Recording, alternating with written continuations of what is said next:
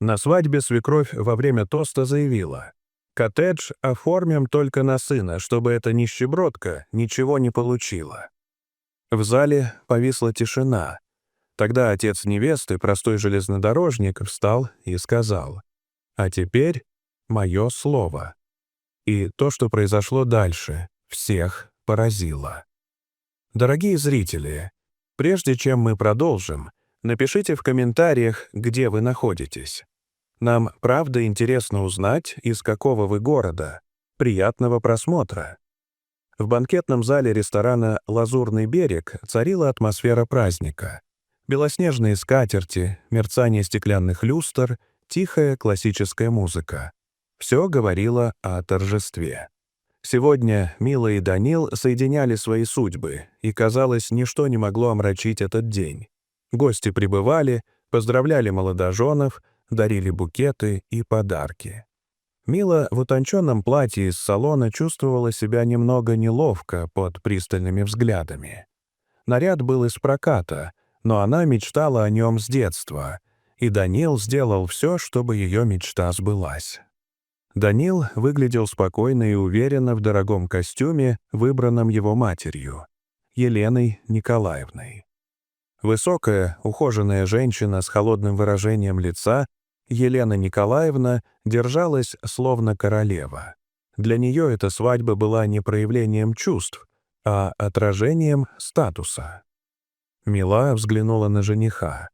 Он улыбнулся, и ее сердце чуть успокоилось. Они были из разных миров. Она — дочь простого железнодорожника из пригорода, выросшая на честной трудовой любви. Он — сын обеспеченной бизнесвумен, привыкший к роскоши и контролю. Со стороны Данила в зале были в основном деловые партнеры матери, важные, строгие, в дорогих нарядах. Со стороны Милы — ее семья, скромные, но искренне радующиеся гости. Особенно выделялся ее отец, Илья Иванович, крепкий, с добрым, но усталым взглядом. Его костюм был скромным, но одет он был с достоинством. Началась официальная часть. Ведущий шутил, гости поднимали бокалы. Мила и Данил улыбались, будто стараясь игнорировать неясное напряжение в воздухе. После пары тостов встала Елена Николаевна. Она элегантно отодвинула стул и, поправив платье, посмотрела на Милу с надменной улыбкой. «Дорогие гости», — произнесла она громко, — «сегодня замечательный день, свадьба моего сына. Мы с мужем решили подарить молодым коттедж в элитном районе». Гости зааплодировали. Мила вспыхнула. Она знала об этом подарке, но считала его не столь значимым. Для нее важнее была любовь. Елена Николаевна подняла руку, призывая к тишине. «Но», — продолжила она, ее голос стал ледяным, — «хочу уточнить. Коттедж будет оформлен исключительно на Данила, чтобы, скажем прямо, эта провинциалка не получила ни клочка земли». Зал замер. Смех и аплодисменты моментально исчезли. Гости переглядывались, не зная, как реагировать. Данил опустил голову, будто стыдился сам себя. Мила сжалась от боли и унижения. Но она не ответила, только посмотрела на отца. Илья Иванович встал. Его движения были уверенными. Он прошел к микрофону под взгляды сотен глаз. Взгляд его был спокойным и твердым. Он не собирался мстить. Он собирался говорить по-человечески. «Добрый вечер», — сказал он. «Я не оратор, я человек простой. Всю жизнь поезда вожу. Но дочь свою люблю так, как, наверное, немногие тут любят деньги. Она у меня выросла в тепле, без золота, но в любви.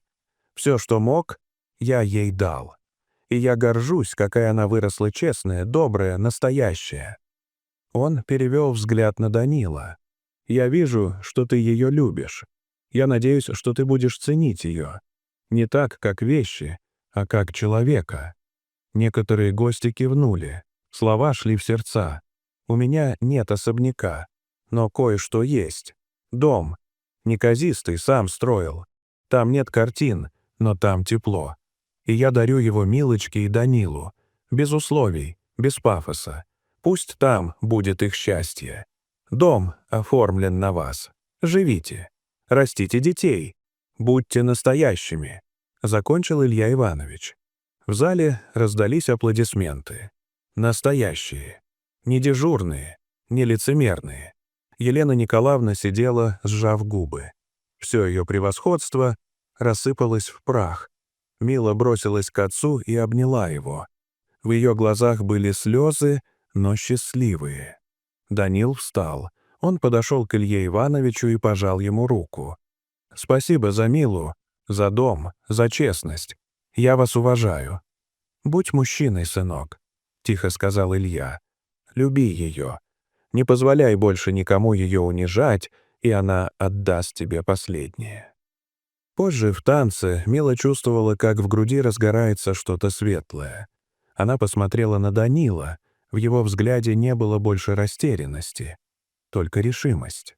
Музыка заиграла громче. Атмосфера в зале изменилась. Теперь это был праздник любви, а не демонстрация богатства.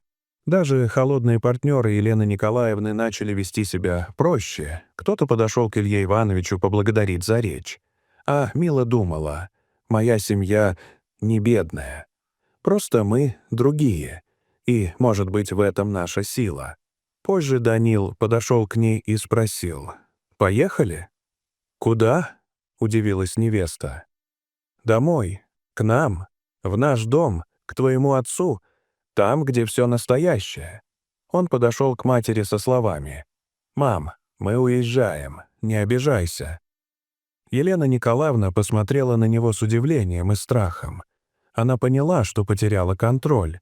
«Куда?» — выдохнула она. «Домой», — коротко ответил он и взял Милу за руку. На крыльце их ждал отец. Он открыл дверь и сказал: «Добро пожаловать домой». Дом был скромный, деревянный, с цветущим садом. Внутри тепло, запах свежей выпечки, в гостиной — камин. «Здесь наш дом», — прошептала Мила. «Спасибо, папа». «Живите счастливо», — ответил Илья Иванович. Ночь прошла в разговорах, смехе и планах. Утром Илья уехал в рейс, а молодые вышли в сад. «Я здесь как будто заново родился», — сказал Данил. И вдруг раздался звонок. Это была Елена Николаевна. «Даня, я была не права». Ее голос дрожал. «Прости. Я просто хотела, чтобы ты был счастлив. Но сделала только хуже. Я хочу познакомиться с Милой по-настоящему, без масок. Приезжайте». Данил посмотрел на Милу. Она кивнула. «Хорошо, мам, мы приедем». Он обнял Милу. «Может, все действительно наладится?» — спросила она. «Я на это надеюсь», — ответил Данил. Они стояли у своего нового дома. Дома, построенного не деньгами, а любовью. И знали, настоящая семья начинается с сердца, а не с документов на коттедж. Дорогие зрители, что вы думаете об этой истории? Расскажите, пожалуйста, в комментариях. А если вам понравилось это видео, то ставьте лайк и подписывайтесь на наш канал. До свидания.